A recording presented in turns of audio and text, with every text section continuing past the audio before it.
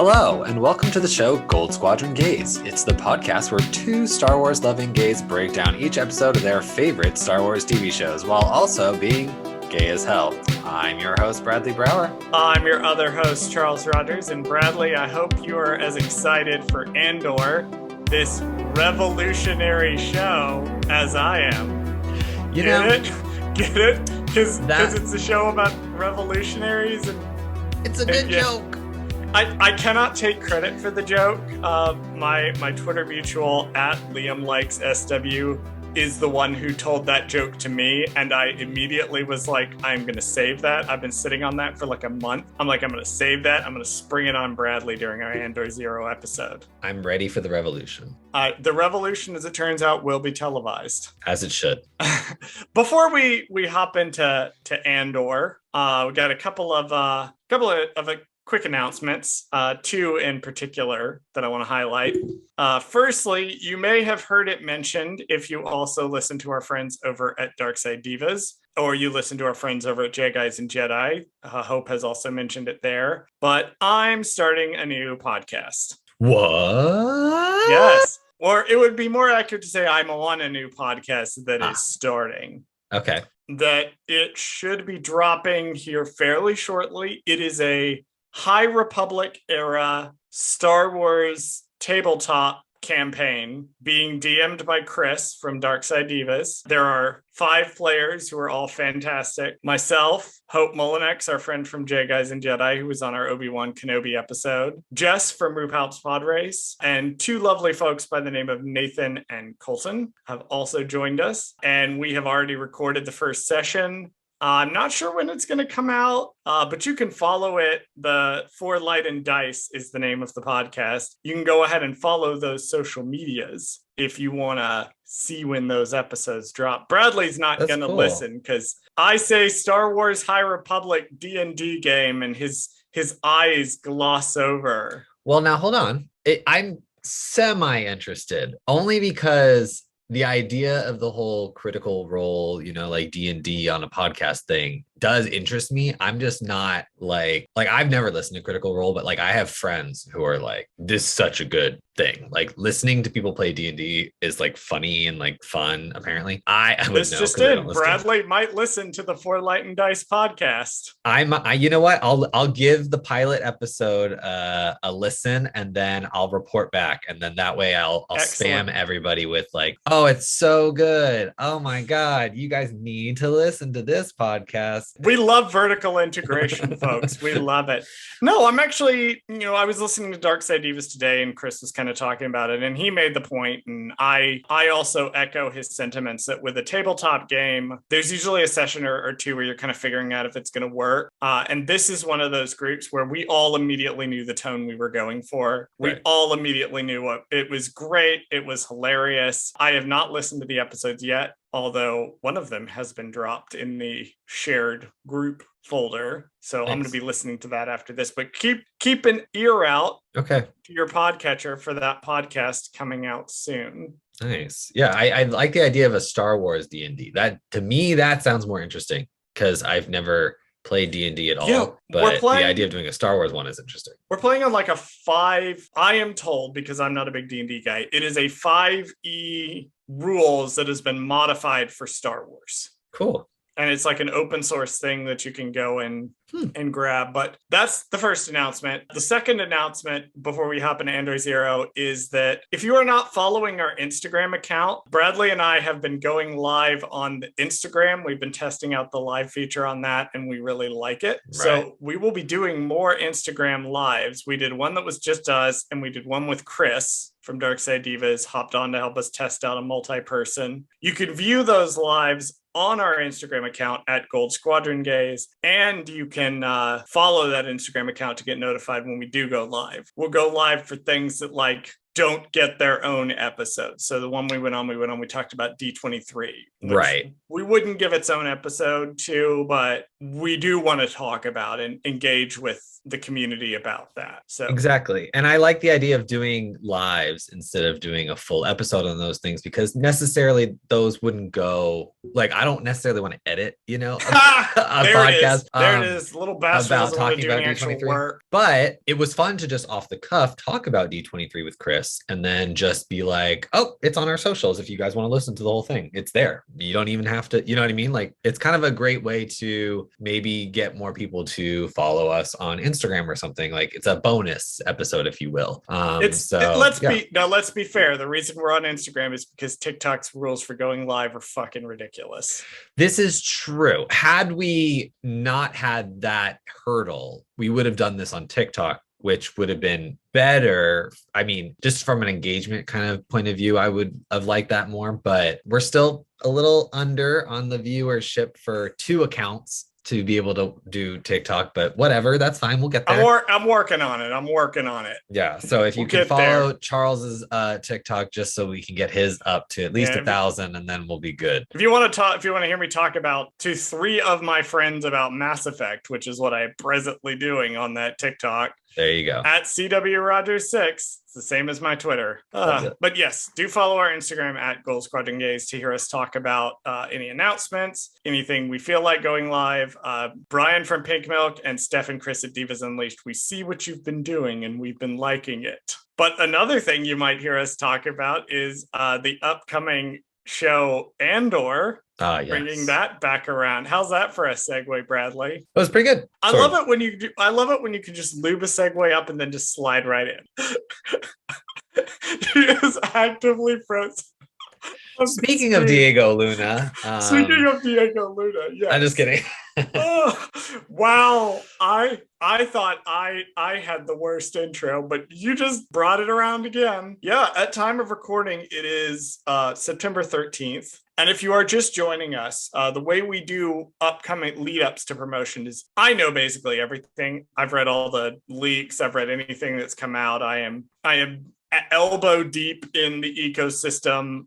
Bradley is not on Star Wars Twitter and does not know these things. And so he limits himself purely to the promotional material. So I will know things he will not, and he will be coming to us with the perspective of someone who has only seen the posters and the trailers. Exactly. And I would say that that's limiting, but I feel like this time around, we were fed pretty well with trailers and spots and things of that nature.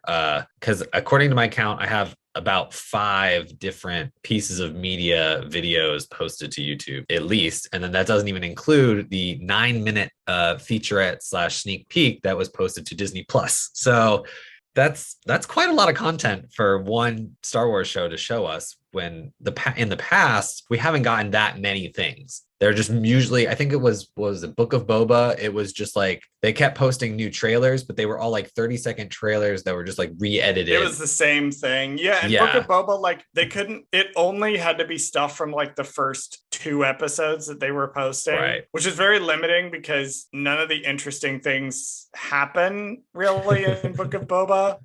Right. Episodes 1 and 2, like the interesting stuff starts happening like about halfway through, or they couldn't show any of it because they didn't want to reveal the twist. Or they are showing us a lot about the show comparatively to some of the others. Like, unlike Mandalorian, we sort of basically know what Andor is going to be about. And I think part of it is because, a lot of the basics of Cassian Andor's life have already been talked about in reference books and novelizations and things. So some of it we kind of already knew. Now, I watched the world debut trailer at Star Wars Celebration Anaheim. I was in the room when they premiered it, which is a very exciting experience. I also got to see the world premiere of the first Andor Lego set. I mean, what do you think of the look of the trailers, Bradley? Because it's different than a lot of the Star Wars we've seen before. Yeah. I think that's the one thing, when we first got this show announced, I think I have said on record, I was not even remotely, like, this is not something that was on my radar, did not care. I was like, okay, another Rogue One thing, right? Even though Rogue One's one of my favorite movies, I was Oh, still great. The kind of bitches love Rogue One. They don't complain about it on Twitter the way they complain about the sequels. Let's shove out a Rogue One show right. to capitalize. This is also when they did those like slew of announcements. It was like everybody gets a show, you get a show, You and get a you get show, a you get a show, show, and you you get get a a show. show. Yep. And it's like, Right. really, you picked Cassian Andor? Like It seemed random. he's a good character, but that is random. And now that we know more of like what is the show about, it's like, oh yeah, no, that makes sense because it's a different side of the rebellion than we've seen before. And what I like about this, or at least from what I've seen from the trailers, it's giving like Bourne Ultimatum meets like James Bond, like it, just in space. Like, and it's, well, I guess it would be Bourne Ultimatum because I'm pretty sure in one of the trailers it says from the director of or the producer of Bourne Ultimatum. It is very the Bourne Identity crossed with like House of Cards, which they did get some of the right. At least one writer from House of Cards is writing this. Oh, okay. So there you go. In space, which it's my Imperial Senate show that I've always wanted. Yeah, we've always said like we want like I mean, I know it sounds so boring to say like we want an Imperial Senate, show where it's all about politics and blah blah blah blah blah. But honestly, now that we're getting it, or it seems like we're getting it, it looks like scary good, like in the sense that like, ooh, these people are going to be vicious, in the Senate aspect. They may not be like, physically scary like in past Star Wars projects where people are like very, like in Mando and Boba, where everybody's like very like muscle strong, where you have like characters like Black Chrysanthemum, who's this right, very like physical characters, Wookiee, and yeah, you have the armies of Pikes and their massive Scorpionic droids in Book of Boba, right. Or you have like the Dark Troopers, and it doesn't seem like the villains. It seems like the villain in Andor from the trailers is the system. That the villains here are both the system and the damage to the characters living in the system and how they have to reconcile with that in order to become the people they are in Rogue One. Which is why I think it's such an interesting choice to pair Cassian Andor up with Mon Mothma of all people. Like, yeah, the exact opposite of what you would think. Which, first of all, is fucking Christmas for me. Like, yes, it's all my Christmas. You're eating very well. I'm fucking obsessed with Mon Mothma. Well, she's kind of a blah character in Legends. She's not very interesting in Legend. The most interesting thing she does in Legends is have a son who dies. That is like basically the most interesting thing she does. And then like even her big moment in the Thrawn trilogy where she cedes control of the Coruscant defenses over to Garm Bel Iblis. Spoilers for the Legends Thrawn series, I guess. Even that is, she doesn't make any development as a character in that. It's mainly she proves to him that she is not as bad of a person as Garm thought she was. Canon has been doing a lot more with the character thus far. We've got Secret Cargo. She gets paired up with Leia a lot for scenes around Return of the Jedi. There's some great scenes with her in Moving Target. I just read Princess and the Scoundrel, which, hot take about Princess and the Scoundrel, it is a book that I left with a very positive feeling of, but didn't enjoy reading very much. But the bits I did enjoy reading were the bits during Leia's wedding, where Mon Mothma finally acknowledges her 30-year friendship with Bail Organa and Brea Organa, and this never gets brought up anywhere. And we've also got Contingency Plan, which is, I won't spoil it, but let's just say it's where she was during the Battle of Yavin and like really gets into her thought process as a leader. But we haven't gotten a lot of Mon Mothma content that explores her as a character. And this is really going to dive into her as a character. And I absolutely love that. I love that she's going to have to reconcile like who she is as a woman with who she is as a senator, with who she is as someone who's trying to do the right thing. I am so ready. I am so ready. And I need to find out if I'm going to be watching whoever her husband turns out to be with the dagger behind my back. If he turns out to be like some super loyalist Imperial sympathizer, that'd be a really interesting angle. But also, I would hate him so much. I could see them doing something like that. I could see them doing something like she's secretly, has her own agenda and then is she has trying to hide it. She's to hide her true nature. Yeah. I think that's where they're going with this. You know who her husband is? We don't know anything about her husband except the fact that he exists and he is a man. Oh, how do you know she has a husband? So this got dropped. Are you just? I told you about this, Bradley. I don't know. I don't listen to half the things you say, So but that's fair. It was revealed in an interview. She oh, mentioned being married since she was 16. She got married at 16. And the current reigning theory is there's a bit in the Rogue One novelization that talks about at 15, she left the junior senator program for a year to have like a whirlwind romance, and then was like thinking about being a historian, and then eventually went back. And the theory is that's the person she's married to, but okay. we don't know. She just mentioned in her interview being married, and then later somebody mentioned that it's a husband that Okay. she's married to. Interesting. So I guess yeah, that must play some kind of part in the show because they wouldn't bring that up randomly if that They wasn't like a thing. no, but we don't know anything. We haven't seen him in the trailers. We don't know who this guy is. Oh, okay. So he's But it's unrelated to the Skarsgård character. unrelated to Luther Rail is Okay. Stellan Skarsgård's character, who we know very little about. Right. Like as a character, like even those of us with our finger on the press pulse know very little about the character, which I guess makes sense. We see him meeting with Cassian Andor. We see him meeting with Mon Mothma, and then we see him meeting with a third person. Do you remember Darth who we Vader. see I'm him? just kidding. Yeah, he's meeting with Saw fucking Gerrera. Oh, Saw Gerrera. Right. Yeah, He's meeting with because Saw Gerrera. so when we first got the first couple trailers, obviously it was very obvious that it was, the story is about Cassian and the story is about Mon Mothma. And then as these trailers started to come out more, like we're seeing a lot of this Luthian. Is that how you say it? I thought it was Luther. I think it's Luthen. Luthian. Let me double check. I don't know. You know what I Luthen. mean? Is it Luthen. Luthen? Okay. So this Ding, Luthen Charles character, fucked up for the episode. It's he seems Luthen to Rail, not they Luther seem to be Rail. they seem to be pushing him more in these trailers to be more prominent, especially because the first clip that they released of the show is called Steal from the Empire, which features him and Cassian talking, about his they say it in the trailer or whatever. He's like, they're fat and happy or blah, blah, blah. He's talking about the Empire. We get our shot of Qyburn Right.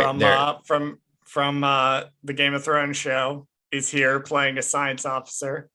Yeah, it just seems like he's being pushed more heavily in the show, and I'm especially since he was the focus of the special look that they posted to Disney Plus, which is that entire scene that they posted a 1 minute clip of where he talks to Cassian. He's either going to play some kind of the guy, not the guy who starts the revolution, but like clearly he's like one of the first people to kind of be involved in it, and then possibly a father-like figure to Cassian. That motherfucker's gonna die. I mean, yeah, it doesn't bode well for him. That motherfucker's gonna die. It doesn't bode well for him to last for the entire show. That motherfucker's gonna die. Yep. Because you got to make room for K2SO in season 2. So we got to get rid of a male figure at some point. We know what happens with mentor figures in the Star Wars universe. Right.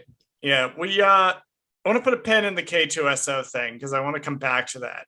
But we do know, you may not know, Bradley, because of you haven't been keeping your finger on the pulse of the press tour. You've just been waiting for me to tell you which of these people is playing a lady villain, which I could tell you it's Denise Ska. Is that the blonde?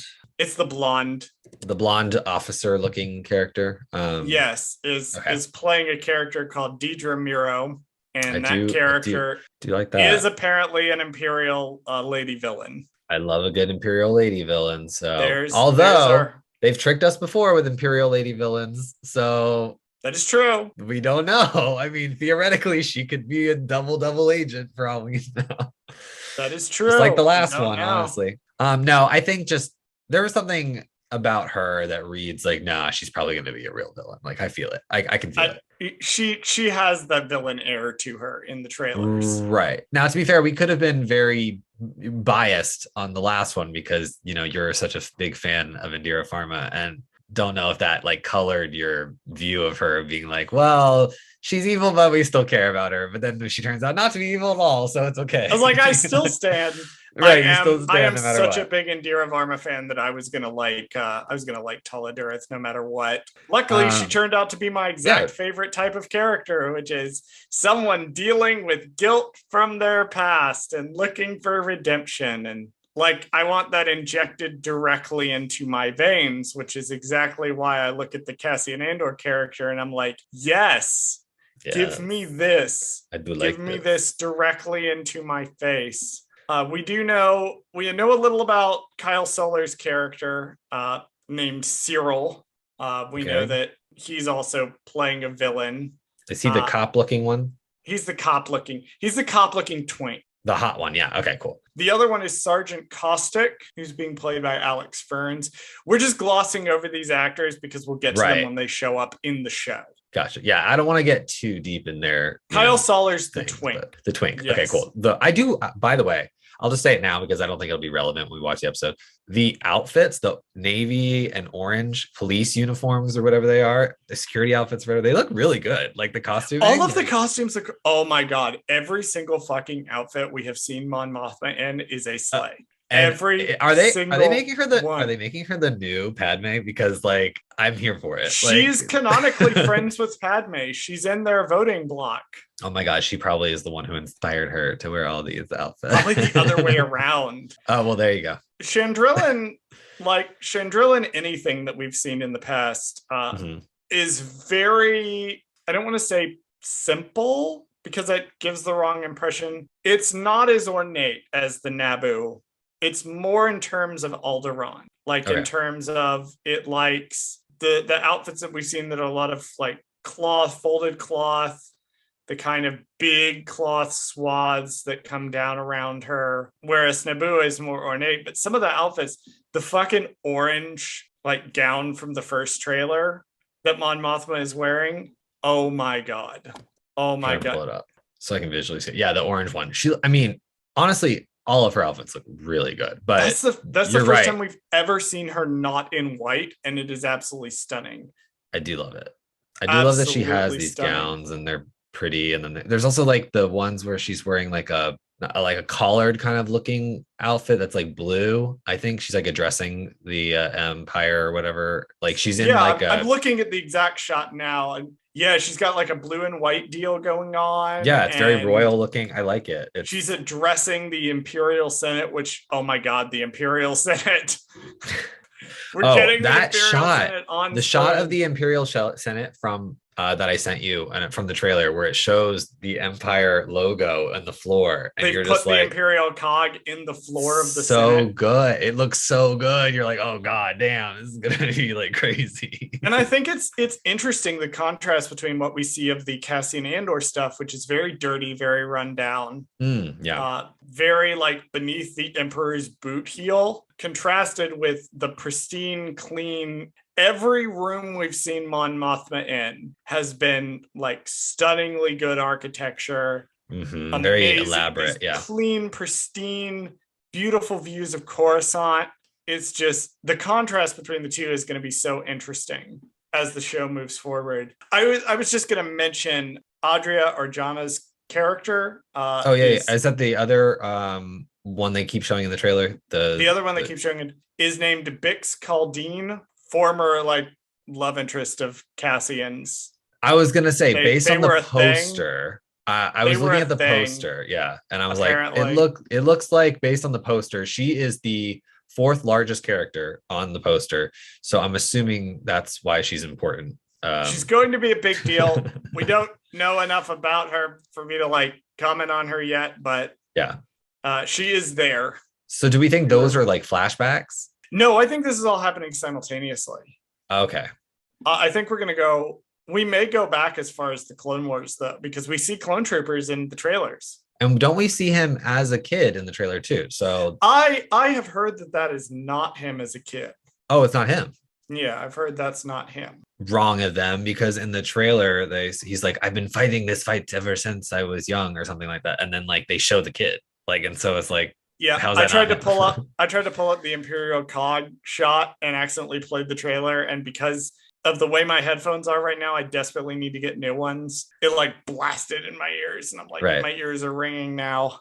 I do love that, because I was scrolling through the second trailer. There's supposed to be 150 named or 150 speaking roles in the first season of Andor. Lots of officers, I would imagine. I would imagine it's a lot of officers, senators, villagers.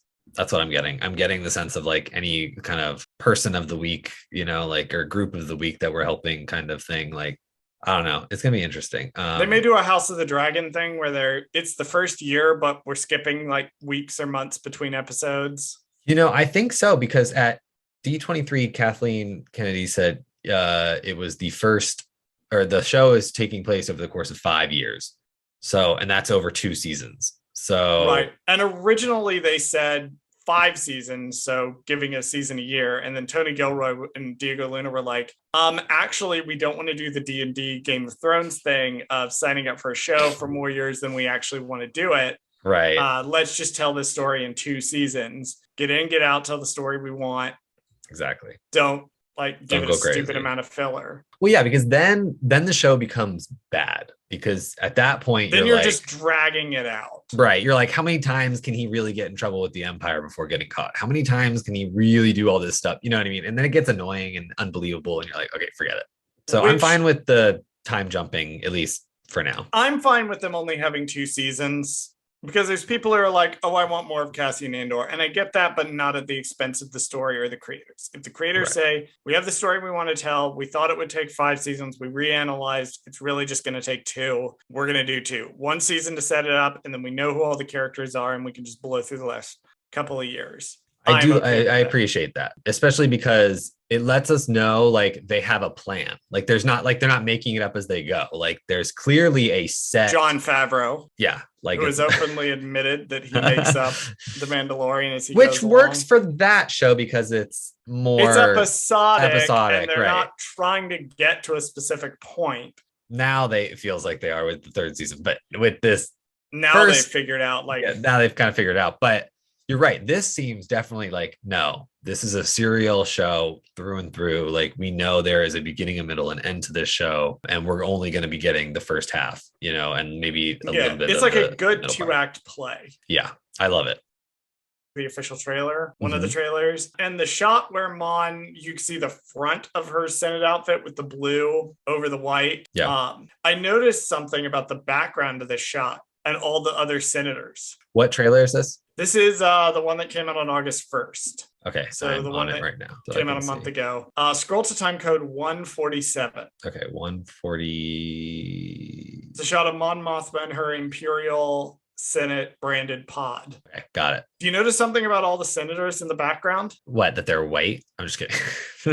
They're not all white, but you're super close. Okay. Same spirit. I was going to say that was a joke, but actually now non-jokingly, yeah, I don't see a lot of, I don't really see a lot of aliens. There's no aliens. Yeah, I don't see any. There's no aliens. At least I can't tell there's no aliens. There's no aliens. Yeah, they've like racially like drawn lines in the Senate, and it looks like only humans are senators now. Well, especially in that party scene right after too, because you kind of look at the party afterwards and you're like, there's not a lot of alien people. There looks to be all human or humanoid There's like people. One alien that I can see when she's chatting with the guy. Yeah, which is not a lot. I didn't notice because like in the prequel era, you had aliens representing planets that are generally populated by aliens, but it looks like places like Mon Cala, maybe even Pantora. What happened to Rio Chuchi? The people demand to know. But it looks like they've replaced them with humans. Yeah, which is also another dynamic aspect of the show that I'm like, are they going to delve into more of this? Like, are we going to see clear racism against, non-humanoid species? Like, is it going to be very like, oh, things have changed very quickly in the Senate? Yes, this seems like a very political show, which I'm very excited for. Down for it. I'm very down for it. I'm like, yes, make points. Make your points clearly. I do love it. Oh, I noticed in this trailer, there's also another character, another female character that's very briefly shown, but she's almost in every trailer. She's wearing like a red outfit and she's walking down a hall. So there's two other characters that we know about that we haven't mentioned. One is Vel Sartha, who you're talking about it now. We don't know anything about her. Right. We know nothing about her. The other is Fiona Shaw is in these trailers. Now, do you know what Fiona Shaw's character's name is, Bradley? The robot? Just kidding. It is not the robot. Although we would be remiss if we didn't mention... Yeah, we didn't talk about him. BMO. I guess this is what we'll have to call him because I don't know. It might be too hard to say the whole thing. B3EMO is the actual, but It's BMO. It's The BMO. robot is BMO. It's BMO.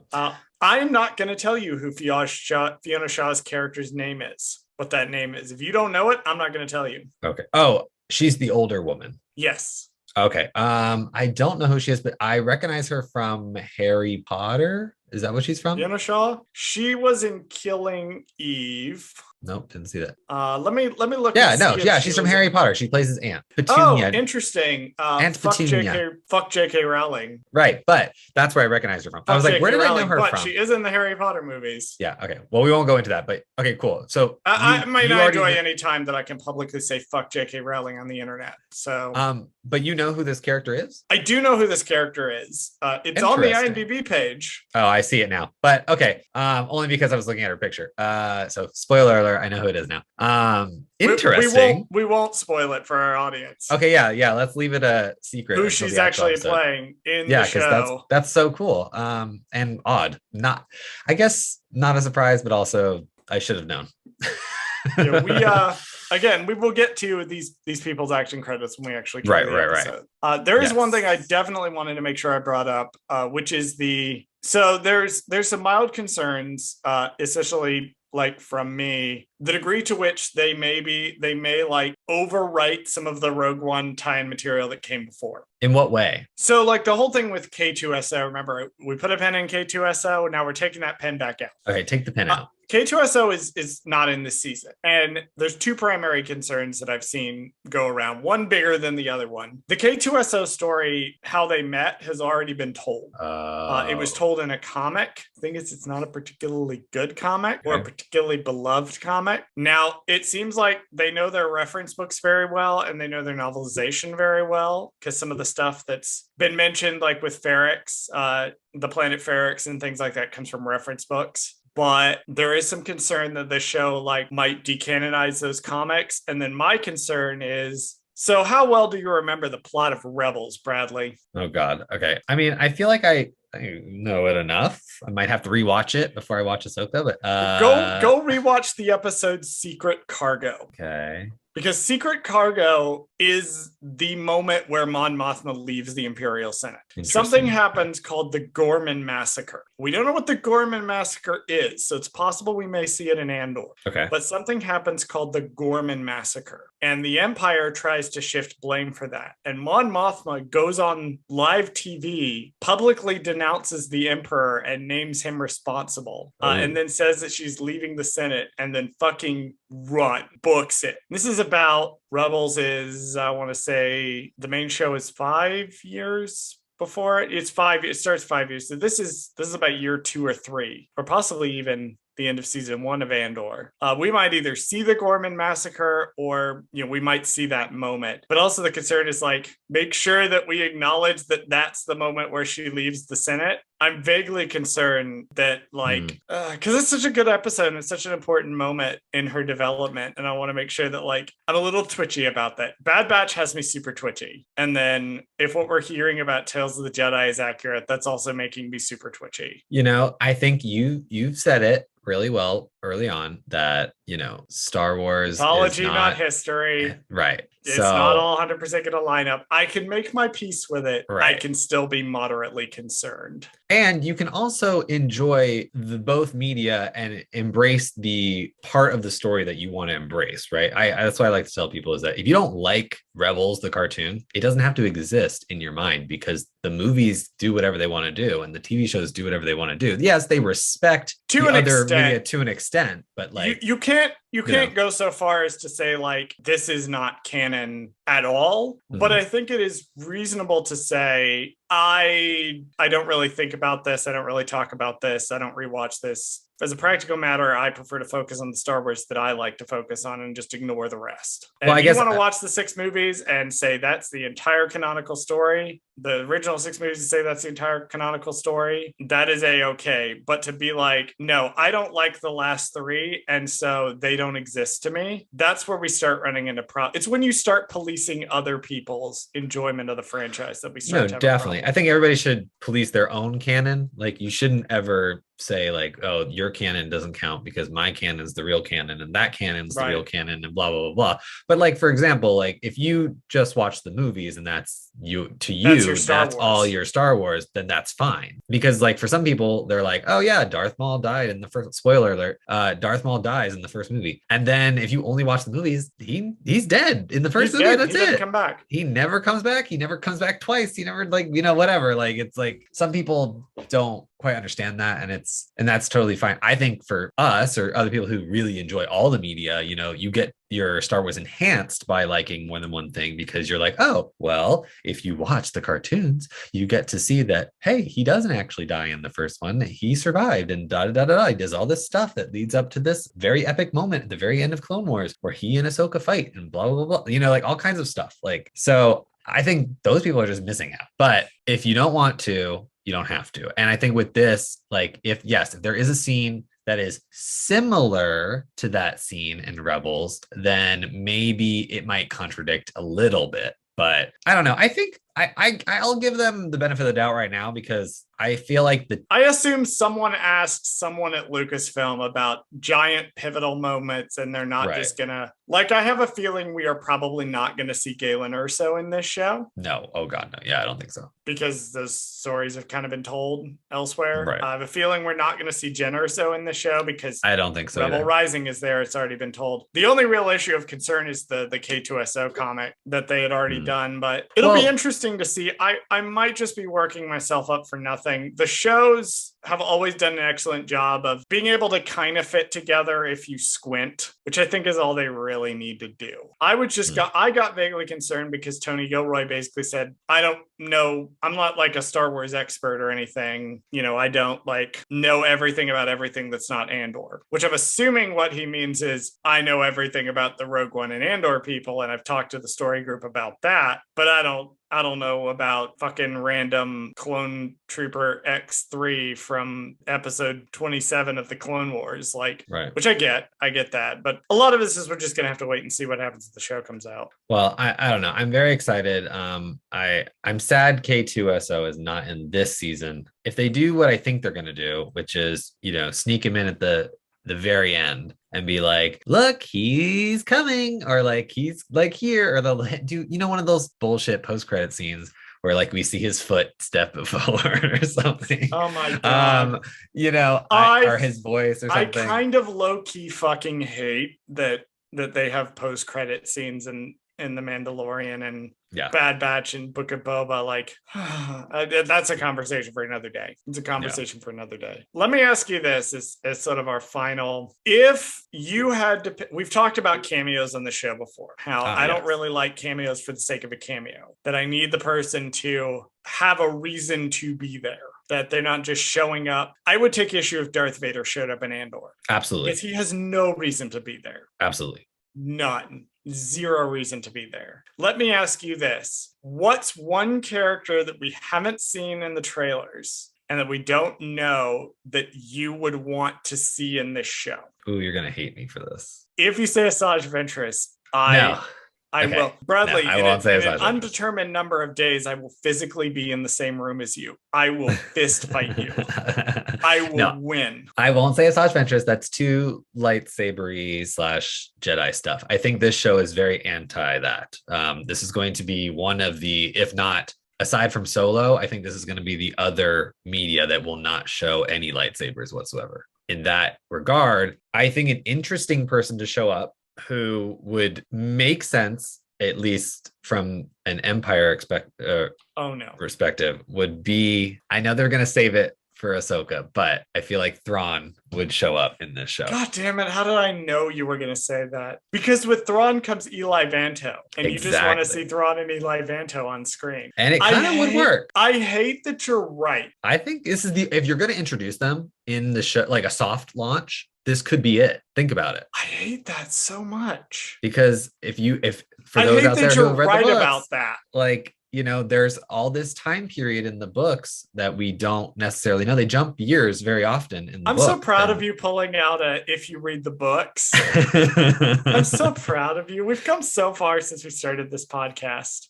So riddle me this, Mr. Wikipedia expert. What is Thrawn doing at this moment in time? Great question. Let's Is this find is out. this a feasible Easter egg slash cameo? Am I just like pulling this out of my Ewok ass? Like, what is the, or is this like feasible? Like, does this make sense? You do good question. Let's find. It does, at least as far as I can tell. Rolls up in 2 BBY. Oh, okay. So the events of Rebels, I need to correct myself again. The events of Rebels are occurring 3 years before the events of A New Hope. So that would be right in the middle of season. The events of Rebels begin. Let's see when first contact with Thrawn was made. It should work. Okay. It should work. I can't really tell the exact year that he was found. Mm-hmm. Oh, I'm recorrecting myself. This is my final definitive correcting myself for this. So the events of Rebels season 1 and Andor are apparently taking place kind of simultaneously. They're occurring in the same year. Season 1 of Rebels and season 1 of Andor are occurring in the same year. Okay. So I'll raise you a Thrawn, and then I'll call. Hang on, I'm absolutely obsessed with finding out when the Thrawn novel starts again. Yeah, the Thrawn novel starts in 15 BBY. So he is well into his Imperial career. He is a Grand Admiral by now. Okay.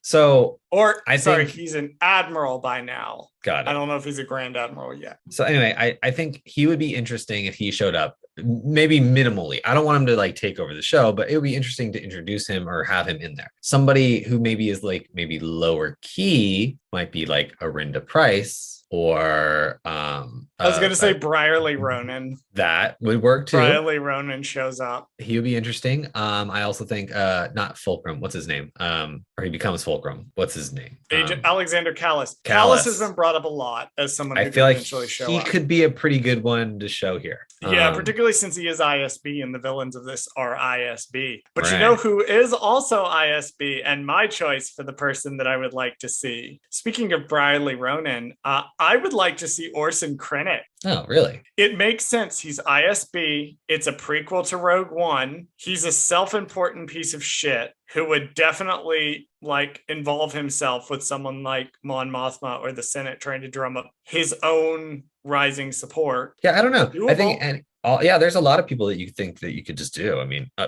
if you really want to go out there, why not Tarkin? Why not throw him in there? Like throw him in the mix. That is also a good idea. We know that he meets with senators occasionally. He's chilling here too. One person who I think we won't see. We are not going to see Palpatine. No, I don't think so. We're not going to see Palpatine at all. No, he's going to be, I think the way they're going to play this is like he is this, not mysterious, but he's the like always in the dark. Like you're never going to hear from him. You just have all of his other people do things for him. So you never visually see him. Remember we talked about in Rogue One, the movie, how he permeates the entire movie without ever being present. I think it's going to work something like that. Similar. Although we may see Masameda. Okay. We may see Masameda, the Grand Vizier. What about the bald lady? Does she die before this all happens? Sly Moore? No, she's still alive. And I know this because she is active in the current run of Star Wars comics. So if we see her pregnant, then we'll know. Jesus. If you read Shadow of the Sith and the Rise of Skywalker novelization, you would know how that worked. Right. So Palpatine never in Legends, she is a candidate to be the mother of Palpatine's son in Legends, because yes, that was also a thing in Legends. Shout out to the glove of Darth Vader for existing and being absolutely batshit. Fun fact, I had one of those books as a kid. Oh my God, which one? It was literally called The Glove of Darth Vader or something. You had the first one. It was the first one. You had the first one. I had no idea what was going on in the book. Like I read it and that was it. I never read anything else after that. Like I just read that one book. So like I have like weird knowledge about that one random ass book. The Death Star debris created wormholes, and so the wreckage is on Mon Cala for some reason. Sure. There are also prophets of the dark side who bid each other dark greetings and have their dark space station with their dark robes walk around with their dark prophecies. Fucking love that series. It is so fucking batshit wild. And the Jabba's father shows up. And then like the main bad guy tries to marry a robot Leia who zaps him with laser eyes. Like on the next episode of Star Wars What If. Stay tuned for our 6-part review of the Glove of Darth Vader series coming up. No. Yeah, no, that's never gonna happen. Anyway, final thoughts. Looking forward to Andor. Also looking forward to fist fighting you in a Denny's parking lot. Oh my god. So preface for all the people listening. So because Andor is dropping all first 3 episodes let's talk about the schedule. Please bear with us in releasing them. I will try to get them all out as soon as possible, as we will try to record them as soon as possible, because I don't want to get too far behind as the show comes out. It may end up being like a 2 per week situation till we catch up, or I might try to do them all 3 at the same time. We'll see. It just depends on we are how gonna intensive they absolutely are. Fucking book it through the first 3 episodes, and we are not having guests on for the first 3 episodes specifically because we need to record, edit, check, TikTok, and release them very fast. That is going to be an insanely fast pipeline that we're going to be on. Exactly. What are your final thoughts, Bradley, before we head out? Visually, this show is going to be beautiful. I can already tell. The music is going to be beautiful, just from the trailer alone. Aside from that, I'm excited to meet Little Bimo and see what he's all about. They barely have shown him with any characters in the trailer so far. He's always been by himself, so I'm very interested to see like how he fits into this. And then, you know, in season 2, will he and K2SO be best friends? Who knows? Like, we'll find out. Only on... he's gonna die tragically, Bradley. What kind of show do you think you're watching? Do you think happy people end up in the cast of Rogue One? I swear to God, if they kill this droid, I will murder somebody. And my lawyers are advising me that we're gonna stop that sentence right there. Go ahead and run the socials, Bradley, and we will see you all next week for the massive Andor drop. Bye! Thank you for listening to Gold Squadron Gays. Did Charles fuck something up? Send us a message at goldsquadrongays@gmail.com. Follow us on Twitter at Gold Squad Gays. Follow us on Instagram and TikTok at Gold Squadron Gays. Subscribe to us on YouTube at Gold Squadron Gays, where we post the podcast as well as exclusive content. Please join us next week and every week for more of Gold Squadron Gays.